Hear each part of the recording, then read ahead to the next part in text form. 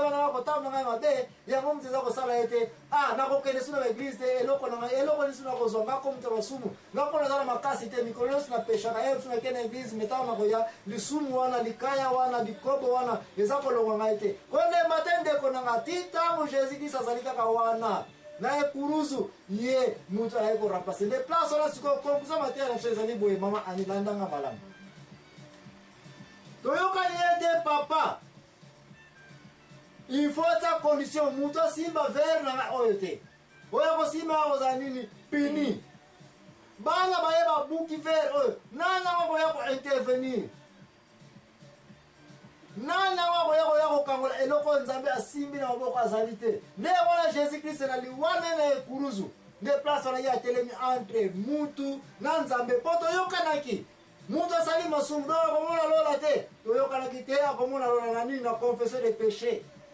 mais toyo komona te confession de péché oyo bato na temps ya moïse yaka na pigeon yaka na ngombe yaka na boye biloko boye il faut Aaron asala ni apresente pa tata nzambe lelo wapi Aaron lelo wapi mbeka wana za kotumba epai ya nani epai ya nzambe sikoyo nzambe alobi bino na mabele bosani bolimbisani eske komisa okota lole emonani zero il faut masumu nyonso efutama penalty kaka mais penalty yango il faut bopresente pa tata nzambe comme mbeka jésus christ akufaki na mabele parce que banso basili kokweya na nini na masumu nana wamoni pire azali te jésus christ batunaki wapi mutu ya pire te na mabele oyo aza te balobi me yo jésus christ opoza yo question mais mpona jésus christ yesu alobaki bato alobaki jésus mpe aboyi donc jésus mpe mutu masumu non c'est parce que jésus christ ye moko azali za likambo na mbeka azwi nzoto na ye azwi makila na ye apresente ye pa tata nzambe te ngai na place wana ya bato bazosala masumu kotala bango so te tala nini ngai bon siko oyo ezaki osali lisumu soit maladi ebeti yo sida ebeti yo yo moko oyebi mpona nini maladi wana ebeti yo masumu osalaki okufi donc okomonaka lolango bon question ezali yango oyo yo okumbi ngai na moto asali masumu ya bikobo ya sida moza kobosana ke masumu ezali ebele tout ce qui est transgression ya loi ezali nini ezali masumu mpona nini ozala komona masumu ya moto oyo asali sida mpona oza komonaka masumu ya moto oyo masumu oyo tokoki kolakisa na mosapi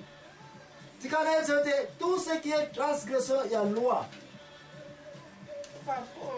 na condition nyonso ekoki kozalela ezali nini ezali péché me mama likambo yango oyo moto oyo asali lisumu pesama kombo nyonso ndenge opesama esumu ya bikobo ekumbi na sida yeyo na mbeta hôpital yeyo akufi tozonga na baminute avant akufa est-ce que moto yango akonfesaki seigneur jésus christ comme personnel sauveur na ye soki asalaki yango te c'est clair kufa na ye ekei perte akomona lola te mais zwaka ke asengaki bolimbisi mais surtout areconnaitre que jésus christ mwana nzambe mwana mpate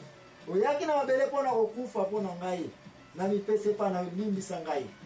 ntango aza kosalaki ndumbango ayebaki te ke jésus christ azali mwana nzambe nazongena maladi ebete nde bongo akandi koyebaki jésus christ merci mpona question mama ani question azali kopose ngai yango moto asali masumu na vile nyonso azalaki ke akoye kokende eglise kosala nzambe asaleli nani nzambe te n'est-ce pas ebongo na mingi asuka yeyo aye kosalela nzambe epuis mikolo na ye ekoki akei na ye kosala nzambe mais surtout areconnaître que jésus christ azali nani sauveur na ye azali nzambe na ye akonfese ye nazongi so na likambo oyo yo moko moto oyo otaki koloba ete ebongo moyibi wana na croix kaka koloba ete yo mwana nzambe ntango oza na lola asala nini limbisa ngai jésus christ arepondaki nini te ngai na yo tokozala na lola yebisa ngai différence nini entre moto oyo aza na malali na hôpital sikoyo auti kokata motema mais avant akata motema ye moko na présence ya bato aconfession oke jésus christ yo mwana nzambe limbisa ngai zwa ngai na ye epai na yo différence nini entre ye na oyo azali na ekuruzu sikoyo moyibi oyo akonfesaki na présence ya jésus christ wana pokaka kufa ekaboli ye akufi bongo moyibi na kwani le kabola kinye na mabele ya nazoba pona mutu oyo wana kufa soka sala azwa kasida wana te peut-être après koza susu na majure bele ya kuvivre bongo mutu ya moyibi soka sala ka moyibi ta kwa koza pela majure bele ya kuvivre na mabele wewe ipo ibana utsaina kuruzu wana parce que jour ngo il fallait batimi satu babo bango yepe akutana na bato ba lekisa kitana wana misala ya mabe il faut akufa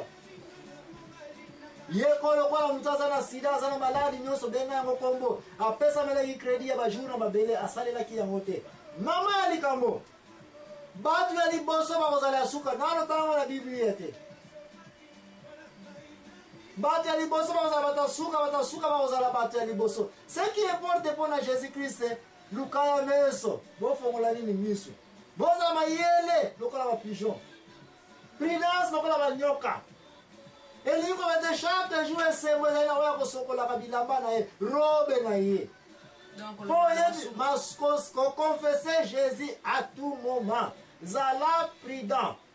oconfesse masumu c'est vrai mais keba na place ya confesse masumu na bokota lona mate ya lelo eza koconcerne péché na point moko tozali koinsiste keba mate ya lelo ya confession ya bapéché eza penza kolobela confession ya péché te wana eza sujet mosusu me mateya ya mpoko lelo ezaka kotushe na point moko tata nzambe na likolo limbisa nini masumu na biso ok wana nzambe na biso mama ya likambo ya mpoko lelo oyo zala ndeti biso ke biso na biso na bele tosalaka nini tolimbisaka nini masumu siri reference yango yo mpe tata nzambe esala nini limbisa biso matele ya lelo oyo lisumu ya mutu na mutu yeba kosala nini kolimbisa moninga na yo